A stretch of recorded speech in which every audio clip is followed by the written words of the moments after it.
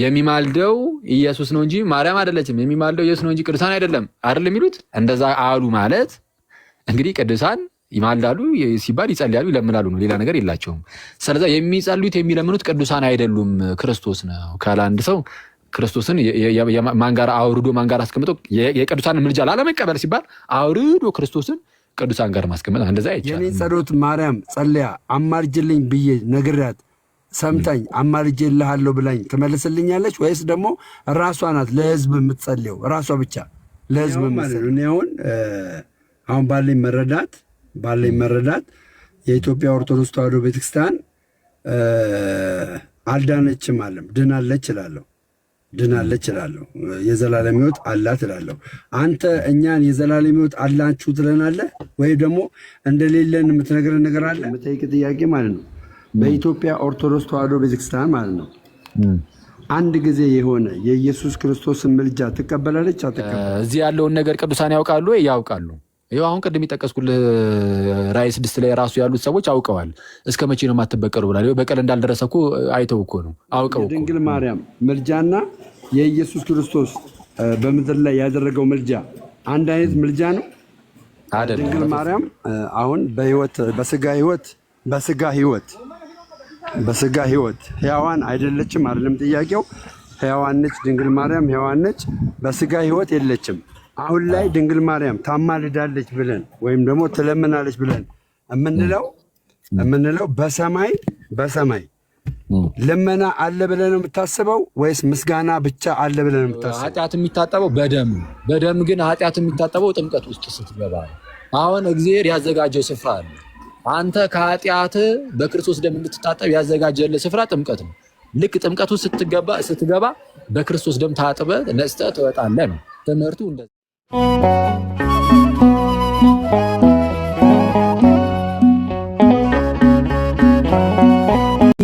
ይማልዳል የሚለውን በግሪኩ ቃል ትቀበለዋል አይደለም? አይ ይማልዳል የሚለው አሁን የቃላት ጉዳይ አይደለም። እኛ የሚያሳስበን የቃላት ጉዳይ ሳይሆን የሀሳብ ያስተምሩ ጉዳይ ነው።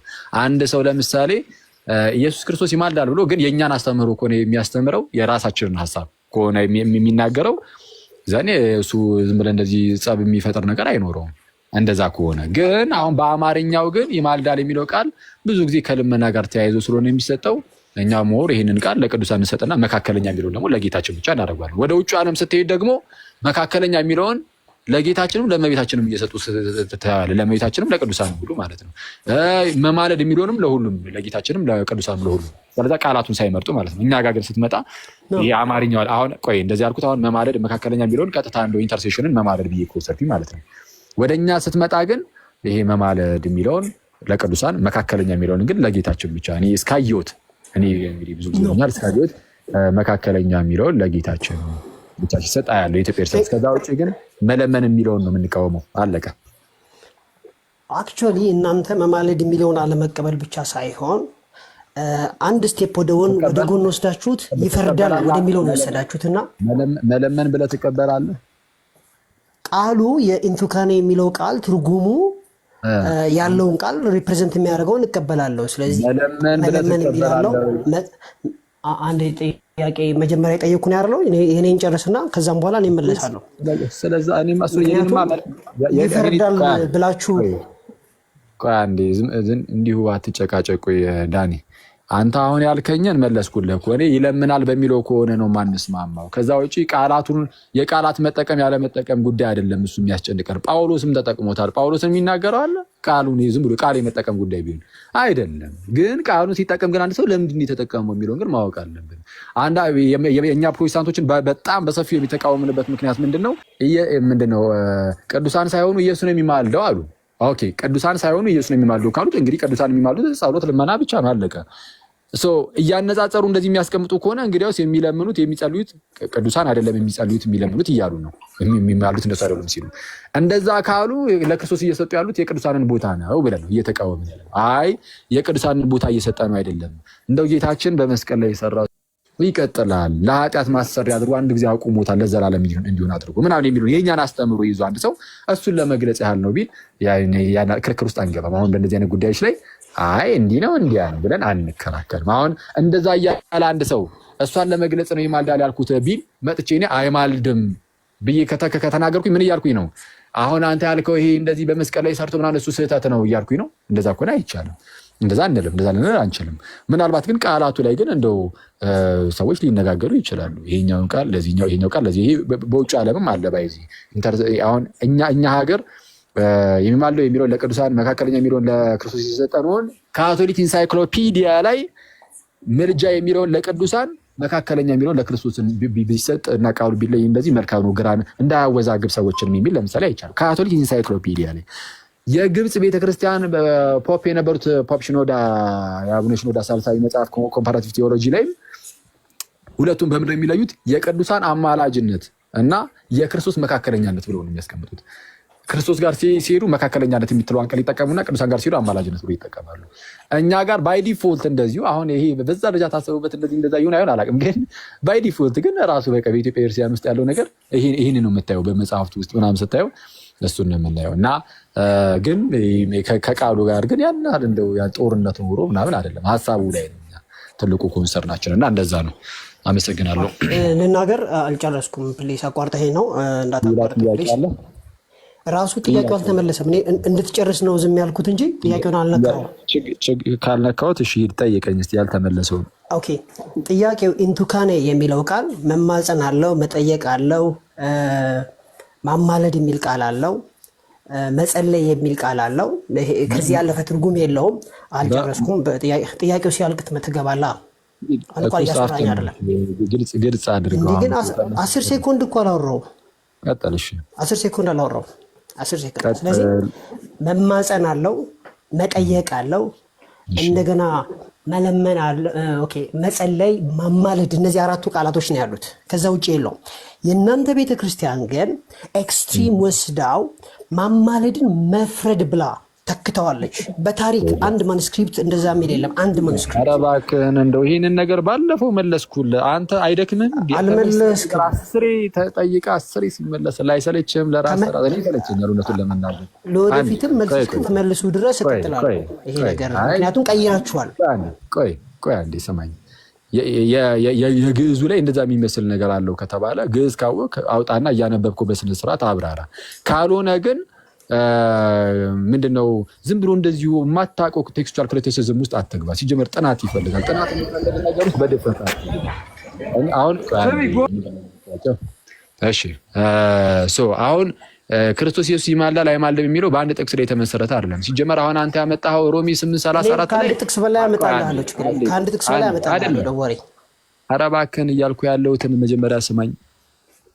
እሺ ይፈርዳል ምናምን ብላችሁ ቀየራችሁ ትላልከው እኮ ነው እንደዛ እያልኩ ያለሁት። ቆይ አንዴ ግዕዙ ላይ እንደዛ ይላል ከተባለ አንተ ግዕዝ አዋቂ ከሆንክ ቴክስቹዋል ክሪቲሲዝም ላይ መስራት የምትችል አይነት ሰው ከሆንክ አውጣና ማሳየት ነው።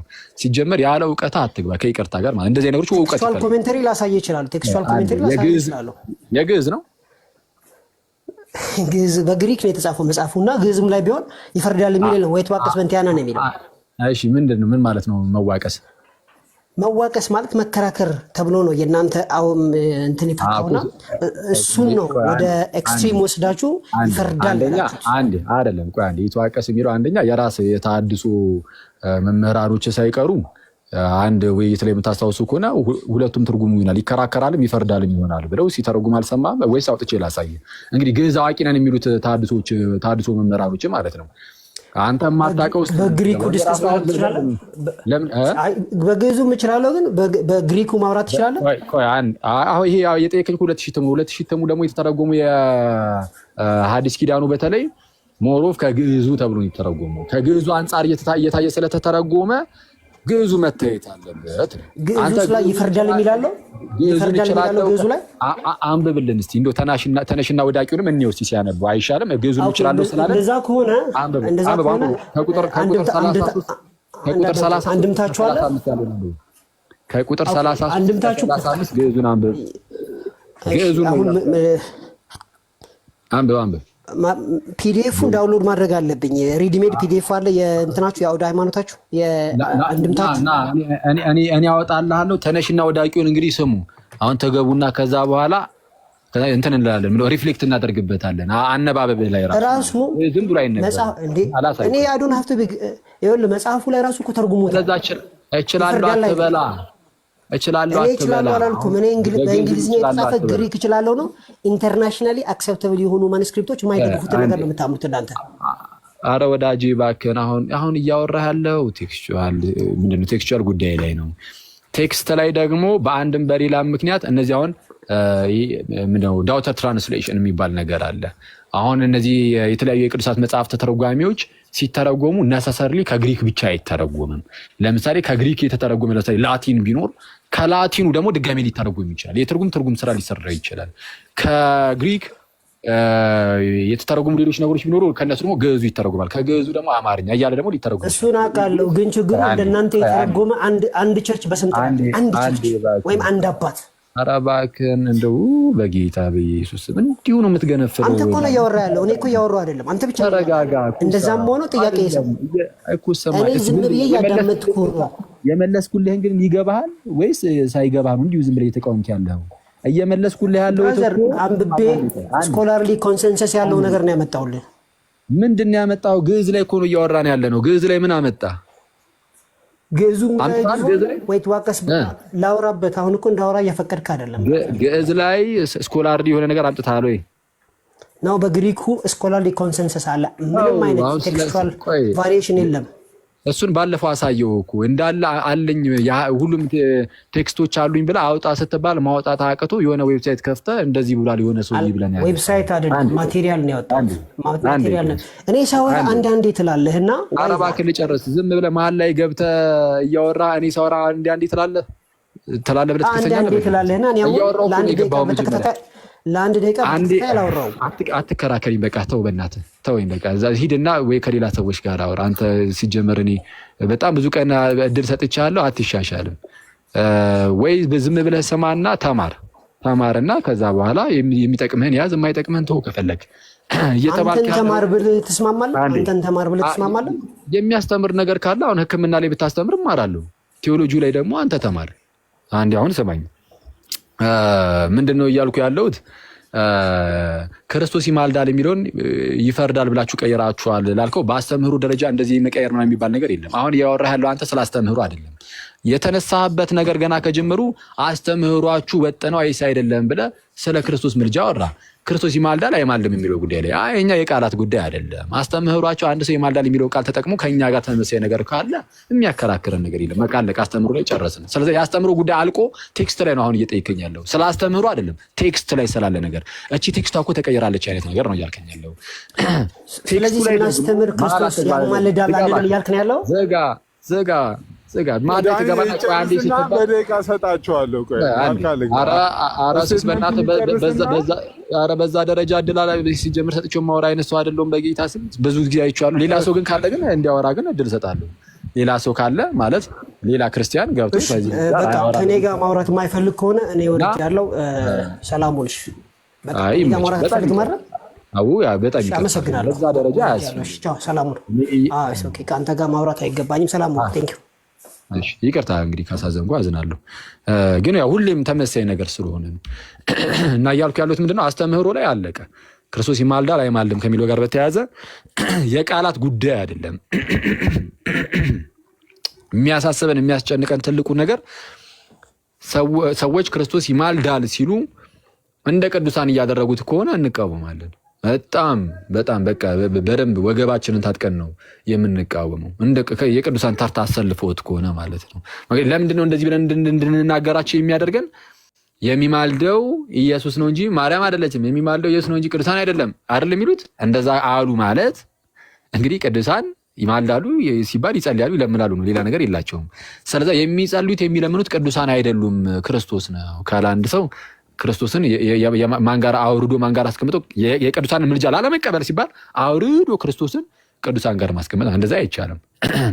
አይ ክርስቶስ ይማልዳል ስል እንደው ጌታችን አንዴ የሰራው ስራ አለ መስቀል ላይ እሱ ለዘላለም ጸንቶ የሚኖር ስለሆነ ምናምን ብሎ የሚያብራራ ካለ ይሄ እንደዚህ አይነት የቃል ጉዳይ ላይ ሲሆን ያን ያህል ወገባችንን ታጥቀን የምንከራከርበት አይኖርም።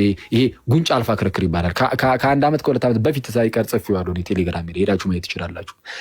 ይሄ በቃ የእኛን አስተምህሮ እያስተማሩ ከሆነ ቃሏን የተጠቀሙት አስተምሯቸው የኛው ከሆነ በቃ እሱን ተወት አድርጎ ድህነት ላይ መሄድ ይቻላል። ጥምቀት ላይ፣ ቅዱስ ቁርባን ላይ፣ ሌሎች ጉዳዮች ስንት የሚነሱ ነገሮች አሉ እና እንደዛ ነው። ስለዚህ አሁን ዳኒ የጠየቀው ምንድነው? አስተምህሮ ላይ አይደለም፣ ቴክስት ላይ ደግሞ እንደው ቴክስቷ ላይ ግን እንዲህ የሚል ነገር አለ ነው።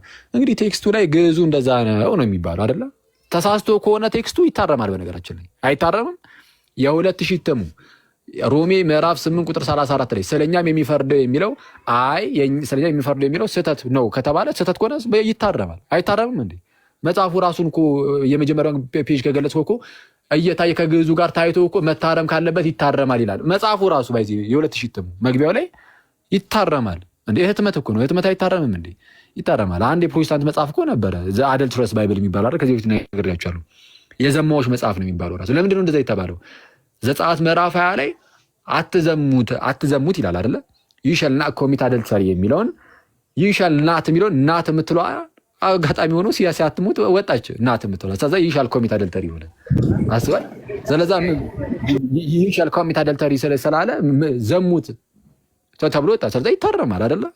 በቃ እንደዚህ አይነት የተለያዩ ስህተቶች ካሉ ማለት ነው ካለ የሚታረም ነው። ምንም እኛ እኮ ህትመትን ዲፌንድ ልናደርግ እኮ አይደለም የተጠራ ነው። ማይ ብራዘር አስተምህሯችንን መጠየቅ ያለበት ሰው ካለ ይጠይቀን እንጂ እኔ ህትመት አንተ ዲፌንድ የምታደርግለት ህትመት አለ እንዴ? ካለ ንገረን።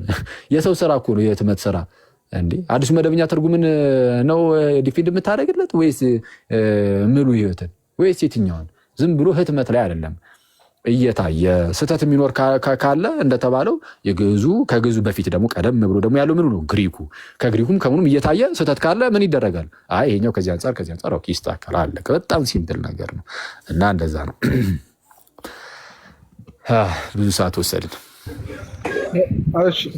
ኦኬ ቴንክ ዩ። ምናልባት ከመዝጋታችን በፊት ቶሎ እድል የምንሰጣችሁ ሰዎች ካላችሁ ገስት ላይ ጥያቄ ያለው ሰው መቀበል እንችላለን። እሺ ጥያቄ ያለው ሰው ካለ ልቀበል። እሺ አፍጥሩት። ደሜ ሸልፌክስ። እሺ ሰላም ለእናንተ ይሁን። ሁላችሁንም ሰላም ብያለሁ። እዚህ ያላችሁ ከላይም ከስርም ያላችሁ ሰዎች ሰላም ብያለሁ። እኔ አኬ የምጠይቅ ጥያቄ ማለት ነው በኢትዮጵያ ኦርቶዶክስ ተዋሕዶ ቤተክርስቲያን ማለት ነው አንድ ጊዜ የሆነ የኢየሱስ ክርስቶስን ምልጃ ትቀበላለች አትቀበልም? አንድ ጊዜ ፈጽሟል አልፈጸመም? ይሄን ምልጃ እሺ ክርስቶስ በምድር ላይ ያለ ምልጃ ፈጽሟል የሚለውን እንቀበላለን። ቴንክ ዩ። ያ ምልጃ ያኛው አሁን በአንድ ጊዜ የዛሬ 2020 ዓመት የተፈጸመው አንድ ጊዜ የተፈጸመው ምልጃ ምድር ላይ ያለ የተደረገው ምልጃ አሁን ላይ በጨለማ ላሉት ለመዳን ይሆንላቸዋል አይሆንላቸውም? ይሆንላቸዋል። ለምን አይሆንላቸውም? መስዋዕቱ ቴንክ ዩ ጨርሻለሁ። ያቀረበው ምልጃ ያቀረበው መስዋዕት እስካሁን ድረስ የሚሰራ ነው። ግን አሁንም ድረስ ግን እየማለደ ይኖራል። አሁን ድረስ መስዋዕት እያቀረበ ይኖራል አንልም ነው እንጂ ይኸው ያለው ነገር ምንድነው? በወንጌላውያን አማኞች የቃላት ልዩነት ከሆነ አሁንም የቃላት አያስፈልግም። የቃላት ልዩነት ከሆነ ጨቀጨቅ አያስፈልግም። ቴንክ ዩ። አሁን ለምሳሌ የክርስቶስ ኢየሱስ ምልጃ ለማዳን የሚሆን አንድ ጊዜ በመስቀል ላይ የተፈጸመ ምልጃ ነው አይደል? አንድ ጊዜ በምድር ላይ ሆኖ ማለት ነው። ያንን በመስቀል ላይ የፈጸመው ምልጃ እየተመላለሰ አይፈጽመውም። አንድ ጊዜ የተፈጸመው ምልጃ ለዘላለም ሰዎችን ያድናል። ይሄንን ነው የምታምኑት? አሁንም ላይ እየማለደ ይኖራል ነገር እምነት ከሌላችሁ አሁን ይማልዳል አይደለም። አንድ ይፈጽመዋል ነው። እኛ የምንለው ክርስቶስ በምድር ላይ ያለ ወደ አባቱ ምልጃን አቅርቧል፣ ጸሎትና ምልጃን አቅርቧል። ሊቀ ካህናት እንደመሆኑ ዮሐንስ ወንጌል ምዕራፍ 17 ላይ ያቀረበው ምልጃ አለ፣ ጸሎት አለ። በመስቀል ላይ ሰው ሁላችን ቤዛው፣ በመስቀል ላይ ደግሞ ሰው ሁላችን ምትክ ሆኖ ራሱን አሳልፎ ሰጠ። ስለዚህ የክርስቶስ ምልጃው ዝም ብሎ ምልጃ ሳይሆን ከደም ጋር ይሆን ፓወርፉል የሆነ ምልጃን አቅርቦልናል ስለ ሁላችን። ይህ ምንም መጽሐፍ ቅዱሳችን ላይ በግልጽ ነገር ተነግሯል። ልክ እንደ ቅዱሳን ያለ ምልጃ ግን አይደለም። ይለያል። የእሱ ከደም ጋር የሆነ ነው፣ የቤዛነቱ አካል ነው። እርሱ አንድ ላይ ሆኖ እስከ ዓለም ፍጻሜ ይሰራል። በጣም ግልጽ ያለው ያዥልኝ እዚህ ጋር ያዝልኝና የድንግል ማርያም ያዝልኝና የድንግል ማርያም ምልጃና የኢየሱስ ክርስቶስ በምድር ላይ ያደረገው ምልጃ አንድ አይነት ምልጃ ነው? አይደለም በፍጹም የእመቤታችንና አንድ ሚዩት እያደረከው። እሺ ቴንክ ዩ። ጌታችን አምላክም ሰው መሆኑ ነው ይህንን ነገር የሚያቀርበው። ስለዚህ አምላክ በስጋ ተገልጦ ማለት ነው። የእመቤታችን ሰው ብቻ ናት። ሰው ብቻ ስለሆነች ምን ትጠብቃለች? ምላሽንም እየጠበቀች ነው የምታደርገው። ምንም ነገር ስታደርግ እመቤታችንም ሆነ የትኛውም ቅዱሳን ጸሎትን ጸልየው ለምነው ምልጃን አቅርበው ምላሽን ከጌታ ይጠብቃሉ፣ ከእግዚአብሔር ይጠብቃሉ። ጌታችን ኢየሱስ ግን አምላክ ነውና ጸልዮ ምላሽ መጠበቅ ምናምን የሚባል ነገር የለም። አዎ ጸልዩአል፣ ሰው ነውና ማልዷል፣ ጸልዩአል። ኦኬ፣ ግን ምላሽን ደግሞ የሚጠብቅ አይደለም። ለምን ሰው ሆኖ ጸልየ ስንል ራሱ ሰው ሆኖ የጸለየው ግን ከአብ ጋር አንድ ሆኖ ደግሞ አምላክም ጭምር ነው። ስለዛ ሰው ብቻ አይደለም። የእመቤታችን ግን ፍጹም ይለያል። የእመቤታችንና የቅዱሳን ጸልየው በቃ እግዚአብሔር ከፈቀደና የእግዚአብሔር ፈቃዱ ከሆነ ተፈጻሚነት ይኖረዋል። ስለዛ ምላሽ ከእግዚአብሔር ይጠበቃል ማለት ነው። ራሳቸው እዛው ምላሽ አይደሉም። ምላሹ ጌታችን ጋር ሲሆን ግን አብ የሚያደርገውን ሁሉ ራሱ ወልድ ማድረግ ስለሚችል ራሱ ምላሽ ፈጻሚ መሆን ይችላል ነው በእኛ ህይወት ላይ። ቴንኪው። እሺ አሁን ለምሳሌ ያክል ድንግል ማርያም አሁን በስጋ ህይወት ሕያዋን አይደለችም አይደለም ጥያቄው። ሕያዋን ነች ድንግል ማርያም፣ ሕያዋን ነች። በስጋ ህይወት የለችም። አሁን ላይ ድንግል ማርያም ታማልዳለች ብለን ወይም ደግሞ ትለምናለች ብለን የምንለው በሰማይ ልመና አለ ብለን ነው የምታስበው ወይስ ምስጋና ብቻ አለ ብለን ነው የምታስበው? በሰማይ አሁን ላይ ምስጋና ብቻ አይደለም ያለው። አሁን ገና ስላልተፈጸመ ልመናም ይኖራል። ለምሳሌ ዮሐንስ ተመልክቷል። ለምሳሌ ራእይ ከመሰው በታች ያሉ የቅዱሳንን ነፍሳት አይቶ እነዚያ የቅዱሳን ነፍሳት ምስጋና ብቻ አይደለም ለምንድን ነው መቼ ነው የማትበቀለው ብሎ ጭራሽ እንደውም ጸሎት ሆኖ ግን ጸሎቱ ግን አጊን ሲሆን በጣም ይረብሻል። ኦኬ ሶሪ እሺ እና ሲሰማል እንዴ? እሺ አሁን ይሰማል። ግን ትሰማለህ። ደሜ ይጨርስና ሸልፌክስ አንተ ትቀጥላለህ። ደሜ ይጨርስና እሺ ምንድነው? አዎ በሰማይ የቅዱሳንን ነፍሳት አይቶ እነዚያ የቅዱሳን ነፍሳት ደግሞ እስከ መች ምንድነው አትበቀልም ብለው ሲጠይቁ አየን። እስከ መች ነው ማትበቀለው ብለው ጠየቁ ማለት ምስጋና አይደለም። በቃ እስከ መች አትበቀል፣ ይሄ ጸሎት ነው። ግን ምን አይነት ጸሎት ከተባለ አጌንስት የሆነ ጸሎት ማለት ኢን ፌቨር ኦፍ አስ የሚጸለይ ጸሎት አለ። አጌንስት ደግሞ ሰማን የሚጸለይ ጸሎት ሊኖር ይችላል። በሆነ ሰው ላይ የምትጸልየው እነሱም እኮ ቅጣት ይገባቸዋል አይነት ነገር ማለት ነው።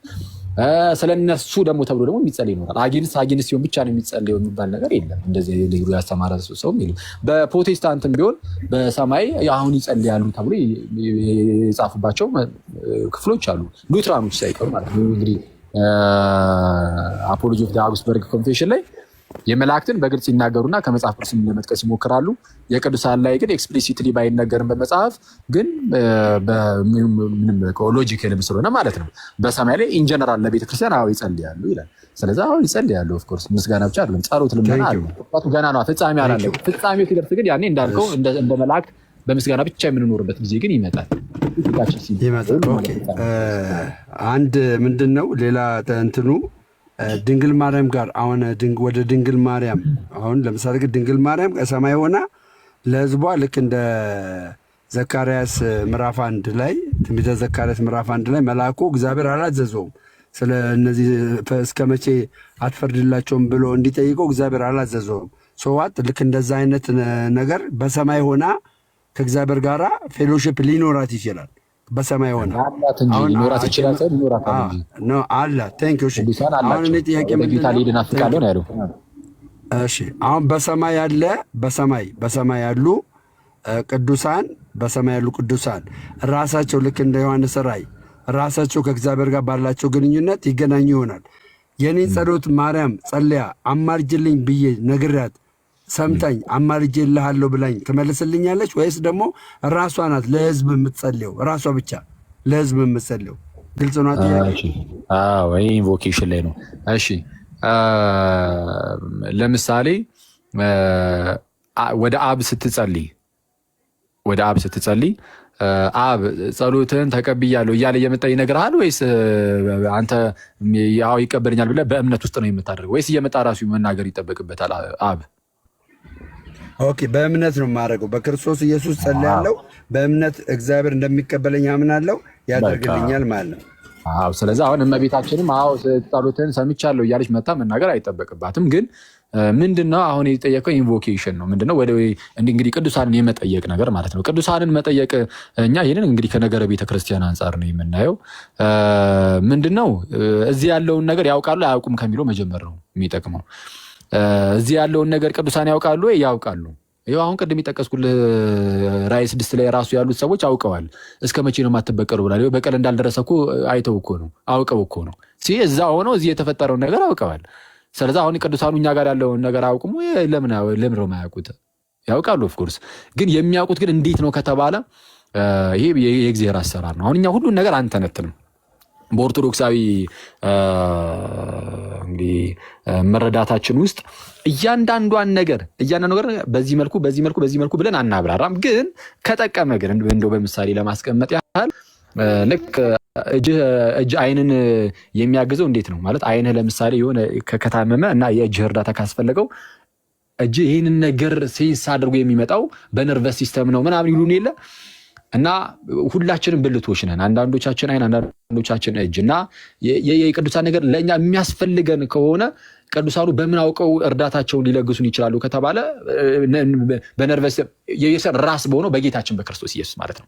ጌታችን ኢየሱስ ይህንን እንዲያውቁት በቃ ግልጥ ያደርግላቸዋል ብዬ አስባለሁ። እኔ በዚህ መልኩ ነው የሚገልጸው። ግን በምን መልኩ የሚለውን ግን እያንዳንዱን ነገር ግን አናብራራም። ዋናው ነገር እኛ ቤተክርስቲያን በላይ በሰማይ ይሄ ምንድነው ሩጫቸውን የጨረሱ ቅዱሳንና ሩጫ ላይ ያለን የኛ የክርስቲያኖች ህብረት እንደሆነች ስለምናምን ህብረታችን ደግሞ በምን ደረጃ ነው ከተባለ በአይን በአፍንጫ በጆሮ ያለ በዛ ደረጃ ነው የተገለጸው ራሱ ህብረቱ ሲነገር።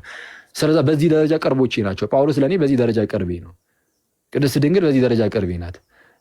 ጌታ ኢየሱስ ደግሞ የዚህ የአካሉ ማለትም የክርስቲያን ራስ ነው ስለተባለ በዚህ ደረጃ ቅርባችን ነው።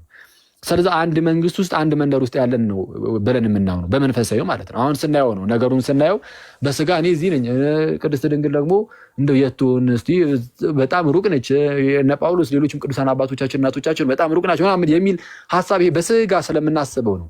በመንፈሳዊው አስተሳሰብ ግን አንድ መንደር ውስጥ ነው ያለ ነው።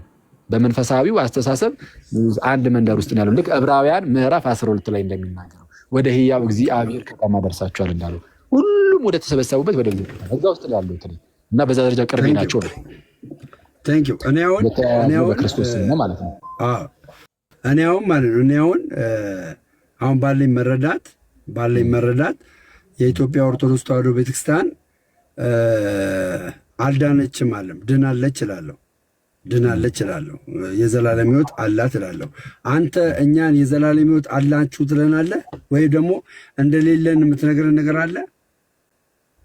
እሺ አሁን ይሄ ጥያቄ ምን ጠቅሞ እንደምትጠይቀኝ አላውቅም።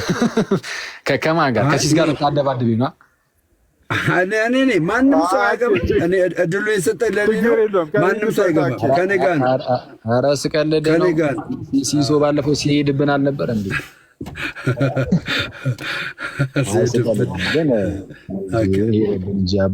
አይ እኔ አሁን የፕሮቴስታንቶችን አሁን በየግለሰብ ደረጃ አሁን ለምሳሌ አንተ እንደሚል ወይም ሲሶን ምናምን እዚህ ጋር ሌላ ማን አለ? ለምሳሌ ዜድ አለ። በቃ እናንተ ሲኦል ነው የምትገቡት አለቀ ምናምን እንደዛ አይደለም።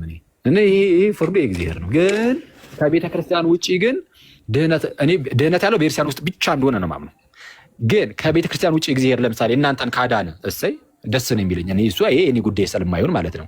ድህነት ያለው ቤተክርስቲያን ውስጥ ነው። እግዚአብሔር ግን ድህነት ያለው ቤተክርስቲያን ውስጥ ነው። እግዚአብሔር ግን ከዚህ ውጪ በሆነ መልኩ ሰዎችን የማዳን ፈቃድ ካለው እሰየው። ለምሳሌ ወንጌል ያልሰሙ ጭራሽ እኮ አሉ።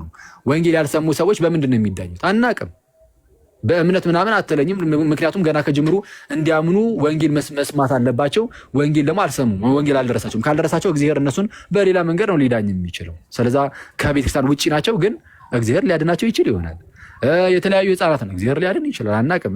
እናንተንም እግዚአብሔር ሊቀበላችሁ ይችላል። እንግዲህ ይቀበላችሁ ይሆናል። አናቅም።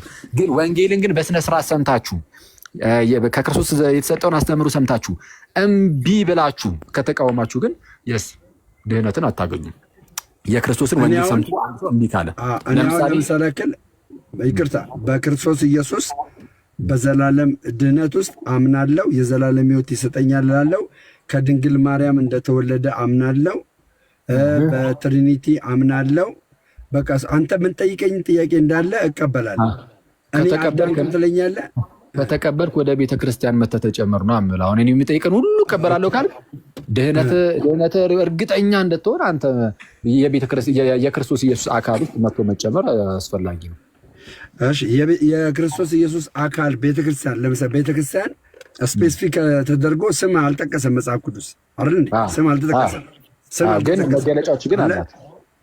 ገባ? ይኸው መገለጫዎቹን አደረግኩ እኮ ፕራክቲስ እኮ ይኸው አለኝ። መገለጫዎቹ እንዳለ የቤተክርስቲያን መገለጫ በእኔ ላይ ሀፕን አድርጓል፣ በእኔ ላይ ሆኗል። ለምሳሌ እንደማጠፋ መጽሐፍ ቅዱስ ይናገራሉ። ለምሳሌ ያልጠፋችሁ ቤተክርስቲያን ውስጥ ነው ያለው።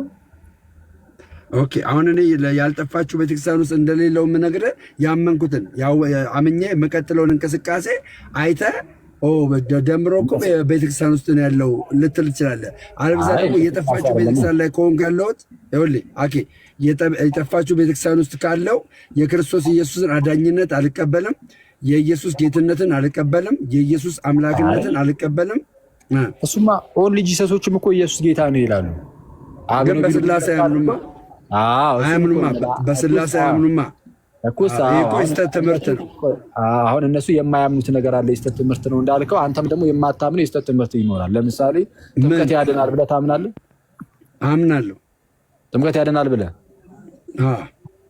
ስለዛ እሺ፣ አሁን አያድንም የሚለው ሰው ስህተት ውስጥ ነው አይደለም? አሁን አንድ ለምሳሌ ያክል ጥምቀት ያድናል ብዬ እኔ እንዳምን አጠገብ ያለችው የሉትራን ወይም ደግሞ የመካነ ኢየሱስ ቤተክርስቲያን ታምናለች በዚህ ጥምቀት አያድንም፣ ምንም አይጠቅመኝም፣ ምንም አያደርግም። አምኜ ብቻ አያድንም የሚለው ብቻ አያድንም። ጥምቀት ለድህነት አይደለም። ይሄ ለድህነት አይደለም ብሎ አለመጠመቅ ካልተጠመቀ አያድንም ብሎ ከተጠመቀማ አዳኝነቱን ተቀብሏል እኮ አኬ። ከተጠመቀ አዳኝነቱን ተቀብሏል። አይደለም አያድንም ብሎ ከተጠመቀ አያድንም ብሎ ለድህነት ሳይሆን አይሆንም። አምኖ ነው የሚጠመቀው። አምኖ ነው የሚጠመቀው። እሺ ካልሆነ ስህተት ውስጥ ነው ማለት ነው። ሳያምን መጠመቅ አይችልም። ሳያምን መጠመቅ አይችልም። አምኖ ግን ነው የሚጠመቀው። እሱ አይደለም ጥያቄ፣ ችግር የለም። አምኖ ነው መጠመቅ ያለበት አይደለም ሳይሆን ለድህነት ነው ብሎ አምኖ ነው መጠመቅ ያለበት ወይስ ለድህነት ነው ብሎ ባያምን ችግር የለም ሲጠመቅ? በቃ ቴንኪው። ለድህነት ብሎ አሁን ለምሳሌ ጥምቀትን ለድህነት ብሎ አምኖ ካልተጠመቀ ይሄ ሰው አይድንም። አምኖ ካልተጠመቀ ለድህነት ብሎ አልጠመቅም ቢል ይኸውልህ ስማኝ አንዴ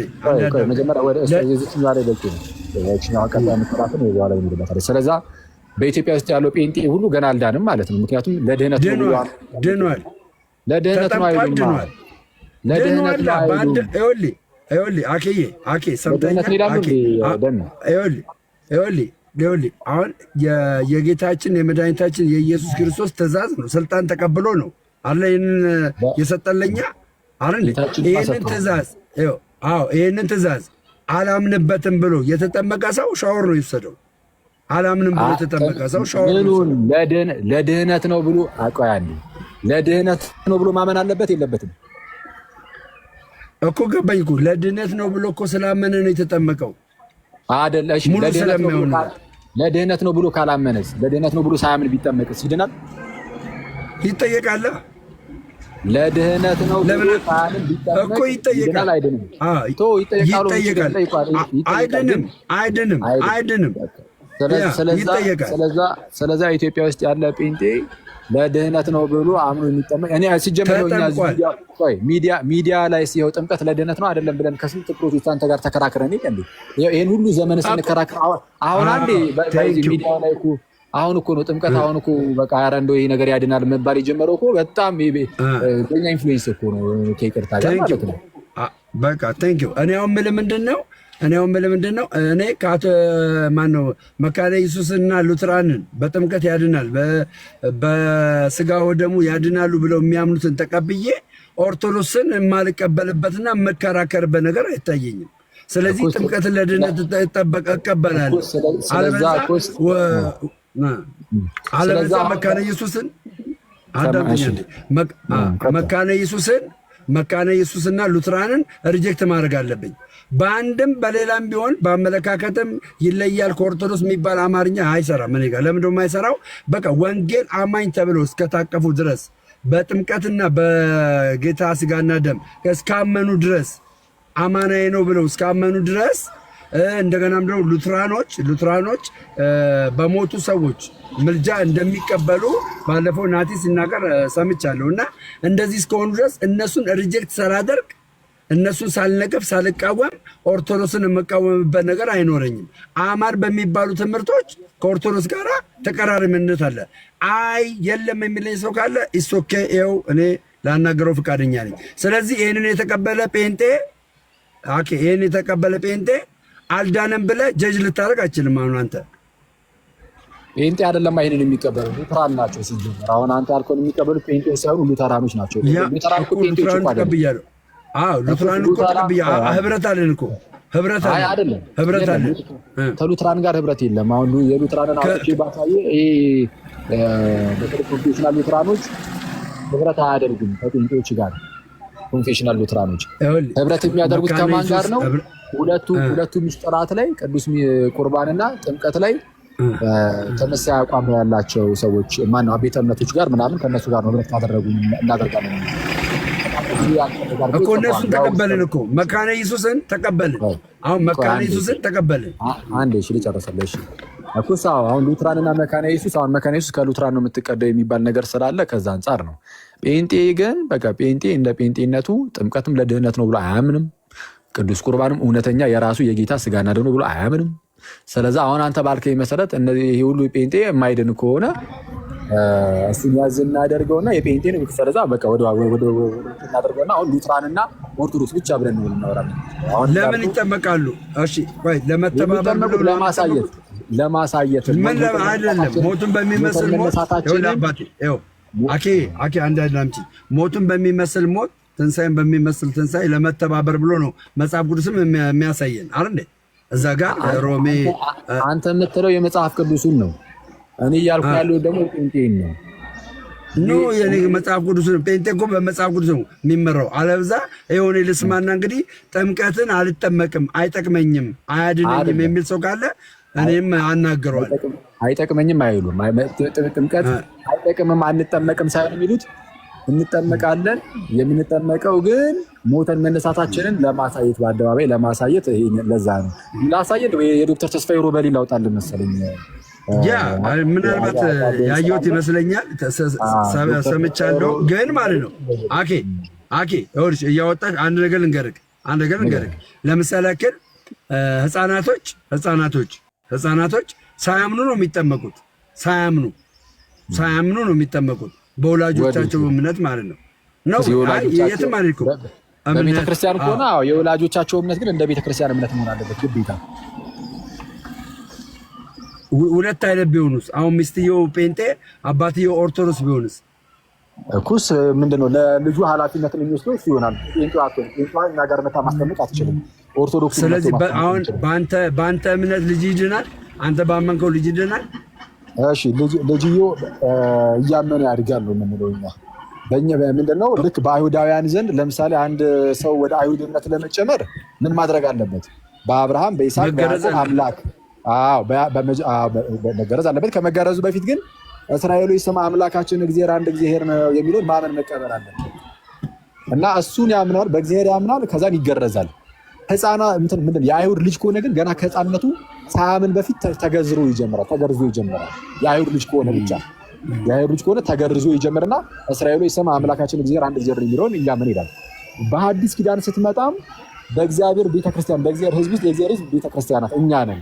በእግዚአብሔር ህዝብ ውስጥ የተወለደ ልጅ ተጠምቆ ጀምሮ ልክ ተገርዞ እንደመጀመር ማለት ነው። ጥንት ላይ ተጠምቆ ይጀምርና ከዛ በኋላ በእምነት ውስጥ ያድጋል።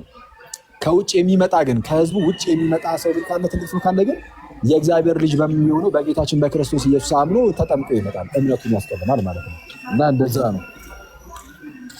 ኦኬ አሁን ምንድነው ይሄ ልጅ እንግዲህ በመገረዙ ነው ኪዳን ውስጥ የሚገባው ነው የምትለኝ አንተ። ሳያምን ኪዳን ውስጥ ይገባና በእምነት ያድጋል። ስለዚህ ለኃጢአት የሚሆን ጥምቀትን ግን አልተጠመቀም ማለት ነው። ለኃጢአት የሚሆን ጥምቀት አልተጠመቀም ማለት ነው። ስለ ግዝረት ስላወራህ እኮ ነው እንደዛ ያልኩት። ስለ ጥምቀት ነው እንዴ? ገባኝ። ስለ ጥምቀት ነው አማሩ። ግርዘትን ከጥምቀት ጋር አገናኝተህ አይደል እንዴ? ሕፃኑ በአይሁድ ዘመን ስለሚገረዝ ያልከኝ አንድ አረጋለሁ እኮ ሳው እንደዛ ያነጻጽረዋል መጽሐፍ ቅዱስ ግዝረትና ጥምቀትን። በረግጥ ቆላሲስ ምዕራፍ 2 ላይም አለ። አሁን በእኛ አሁን የመጀመሪያ የሚጠመቀው ለምንድን ነው የሚጠመቀው? ኃጢአት አለበት ወይ? ሕፃኑ ልጅ ያው እንግዲህ ሕፃኑ ልጅ ኃጢአት የለበትም። ግን ማንም ሰው ሲወለድ አዳማዊ ነው። አዳማዊ ሆኖ ነው ማለትም የወደቀውን ስጋ ይዞ የሚወለደው የትኛውም ሰው ሲወለድ አዳማዊ ነው። ስለዚህ ከአዳማዊነት ወደ ክርስቶሳዊነት መምጣት አለበት። ስለዚህ ሲጠመቅ ክርስቶስን ስለሚለብሰው የተጠመቃችሁ ሁሉ ክርስቶስን ለብሳችሁታል ይላልና ክርስቶስን ይለብስበታል ነው ሕፃኑ ልጅ። ስለዚህ የእግዚአብሔርን ጸጋ ተቀብሎ በጸጋ ውስጥ ያድጋል። የእግዚአብሔር መንፈስ ለሕፃናት አይሆንም አይባልም። የእግዚአብሔር መንፈስ የተገለጠው የተገለጠው ጸጋ ለሕፃናትም ለሁሉም የሚሆን እና ከአይሁዳውያን አንጻር እንደዚህ ተደርጎ ይባራል እና እንደዛ ነው የሚያብራሩት የፕሮቴስታንት የመጀመሪያ። አሁን እኔ የመጨረሻ የምነግርህ ምንድን ነው የመጨረሻ እኔ የሕፃናትን ጥምቀት ያመጣሁልህ ምንድን ነው? ሕፃናቶች ሳያምኑ ነው የተጠመቁት። ሳያምኑ ተጠምቀው በቤተሰብ አድገው በእምነት ማለት እምነታቸውን አስጠብቀው ከዛ የዘላለምን ሕይወት ያገኛሉ። ሳያምኑ ተጠምቀው ማለት ነው። በወላጆቻቸው እምነት ነው የተጠመቁት።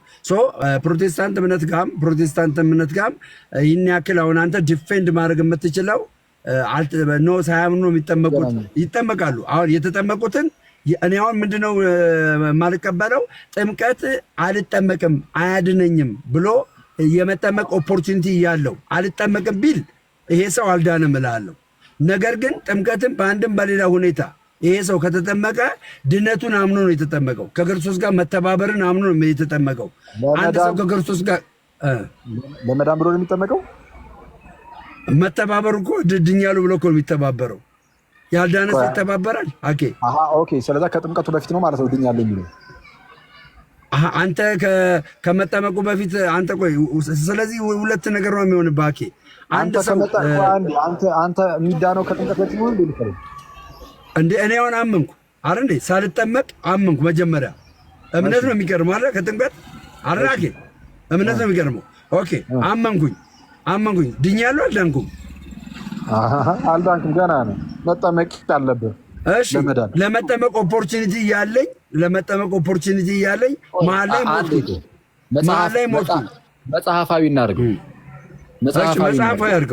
መጽሐፋዊ አድርገው ችግር የለውም። እሺ ጳውሎስ መቼ ነው በክርስቶስ ያመነው? ልክ ጳውሎስ ያመነው እንግዲህ የጌታን ትእዛዝ ተቀብሎ ምን ላደርግልህ ያለ ጊዜ ነው ያመነው። በደማስቆ ማለት ሄደ። ሐናንያ አገኘ። እነሱ የሚለው ደግሞ ስማ የሚነግሩን ስማ አለው። ወደ ሐናንያ ሄደ። እንግዲህ ተመልከቱ፣ ጌታችን አግኝቶ በቃ በክርስቶስ አምኗል አልከኝ። በደማስቆ ነገር ስላመነ በቃ አሁን በአንተ በቃ አሁን ድኗል። በቃ አለቀ። ጳውሎስ ግን ሐናንያ ጋር ሄዶ ሐናንያ እንዲጠመቅ ሲያዘው ጳውሎስ ምንድን ነው ያለው? ተነስ፣ ስሙን እየጠራ ተጠመቅ፣ ከኃጢአትም ታጠብ ተባለ። አሁንም በኃጢአት ውስጥ ነው ያለው እያለው ነው። ስለዚህ አልዳንም። በክርስቶስ ቢያምንም ማለት ነው። በክርስቶስ ማመን ብቻ አይደለም መጠመቅ ያስፈልጋል። አክዬ ኃጢአት የሚታጠበው በደም ነው በውሃ ነው? አይ ጥምቀት ያድናል ብትሉ ታዲያ ምንድን ነው ደም እኮ ለዛ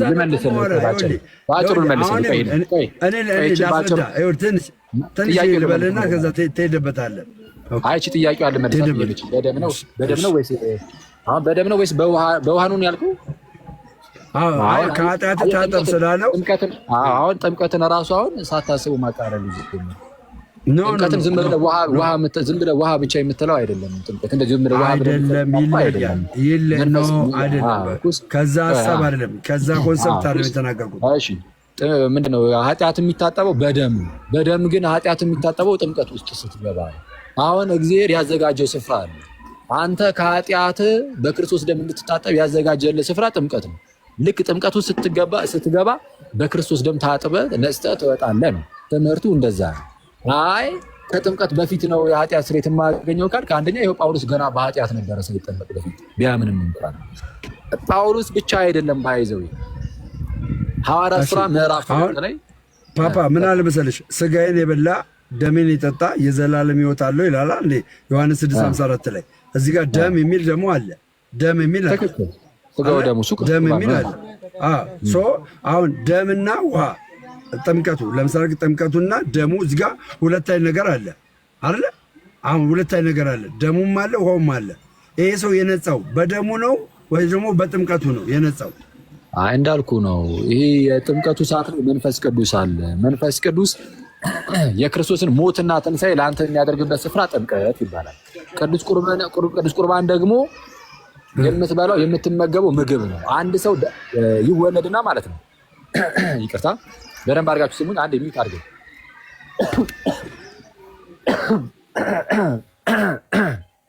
እሺ ቴንኪዩ። አንድ ሰው ይወለዳል። ከተወለደ በኋላ ምግብ እየበላ ያድጋል። መወለድ አለ። ከዛ ቀጥሎ ደግሞ ማደግ አለ። በመንፈሳዊው ዓለም ደግሞ በጥምቀት በኩል ዳግም ይወለዳል። ሰው ከመንፈስ ካልተወለደ በቀር ወደ እግዚአብሔር መንግስት ሊገባ አይችልም ብሏልና ጌታችን።